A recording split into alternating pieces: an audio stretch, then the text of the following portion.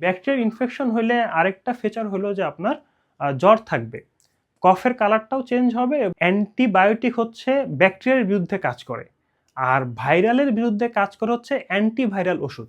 কিন্তু বাজারে এরকম অ্যান্টিভাইরাল ওষুধ নাই।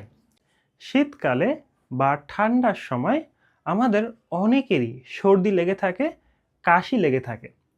এখন এই ঠান্ডার সময়েই কেন এই সমস্যাগুলো হচ্ছে? কারণ ঠান্ডার সময় আমাদের শরীরের ভিতরে কিছু ভাইরাস ব্যাকটেরিয়া অ্যাক্টিভ হয়ে যায়।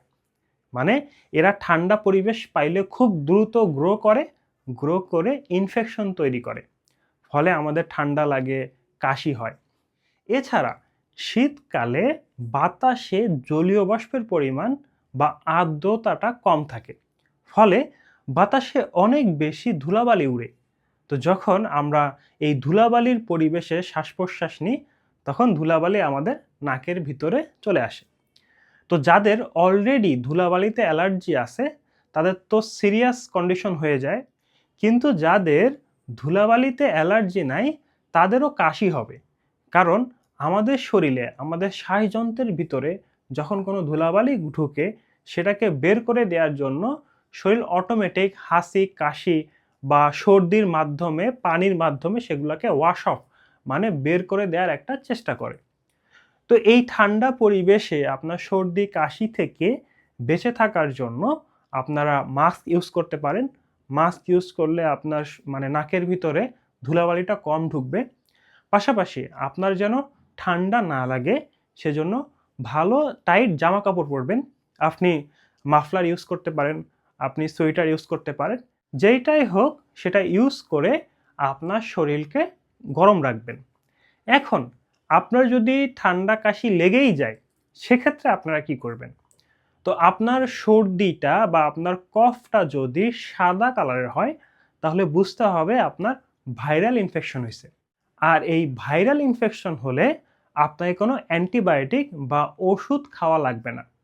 কারণ অ্যান্টিবায়োটিক হচ্ছে ব্যাকটেরিয়ার বিরুদ্ধে কাজ করে, আর ভাইরালের বিরুদ্ধে কাজ করে হচ্ছে অ্যান্টিভাইরাল ওষুধ। কিন্তু বাজারে এরকম অ্যান্টিভাইরাল ওষুধ নাই। তো সেক্ষেত্রে যেটা আপনারা করবেন, এই ভাইরাসটাকে মোকাবেলা করার জন্য আপনারা রং চা খেতে পারেন। রং চার ভিতরে মধু, আদা, তুলসী পাতা এগুলো অ্যাড করবেন।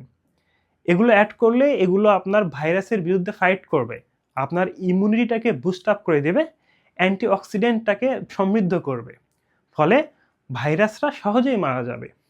এছাড়া আপনি যখন ওয়ার্ম ওয়াটার বা গরম চা খাচ্ছেন, তখন এই গরমের কারণেও এই যে গলার ভিতরে যত আপনার ভাইরাস গ্রো করছে, তাদের কিন্তু একটু সমস্যা হবে।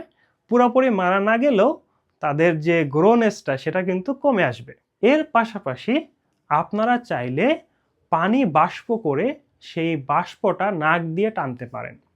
এখন বাষ্পের পানি যখন আপনার নাক দিয়ে ভিতরে যাবে, তখন এই গরম বাষ্পটা, গরম মানে বাতাসটা ভিতরে যত ভাইরাস ব্যাকটেরিয়া আছে সবগুলোকেই কিল করে দিবে। এবং আপনারা চাইলে পানিতে লবণ দিয়ে সেই পানিটাকে গরম করে গার্গলও করতে পারেন। দুই ক্ষেত্রে আপনি একটা এক্সিলেন্ট রেজাল্ট পাবেন। তো এগুলো করার মাধ্যমে আপনার ভাইরাসজনিত যে ঠান্ডা লাগা, ভাইরাসজনিত যে কাশি হওয়া অনেকটাই মুক্তি পাবেন। এরপরেও যদি আপনার কাশি বা ঠান্ডা না যায়, বা আপনার কফের কালারটা যদি হলুদ বা অন্য কালারের হয়, তখন আমরা ধরে নিই যে ব্যাকটেরিয়াল ইনফেকশন। এবং এই ব্যাকটেরিয়াল ইনফেকশন হলে আরেকটা ফিচার হলো যে আপনার জ্বর থাকবে, কফের কালারটাও চেঞ্জ হবে, এবং আপনার যদি জ্বরও থাকে, সেক্ষেত্রে আপনারা চিকিৎসকের পরামর্শ অনুযায়ী অ্যান্টিবায়োটিক নিতে পারেন, অথবা এর জন্য আলাদা ইউনানি ও আয়ুর্বেদিকের অনেক ন্যাচারাল ওষুধ আছে, বাসকের সিরাপ আছে, বা অন্যান্য নামে অনেক ওষুধ আছে, যেগুলো আপনারা খাইলে আপনার কফও বের হয়ে আসবে, আপনার ভাইরাস ব্যাকটেরিয়াও কিল হবে, এবং আপনি ন্যাচারালি সুস্থ হতে পারবেন।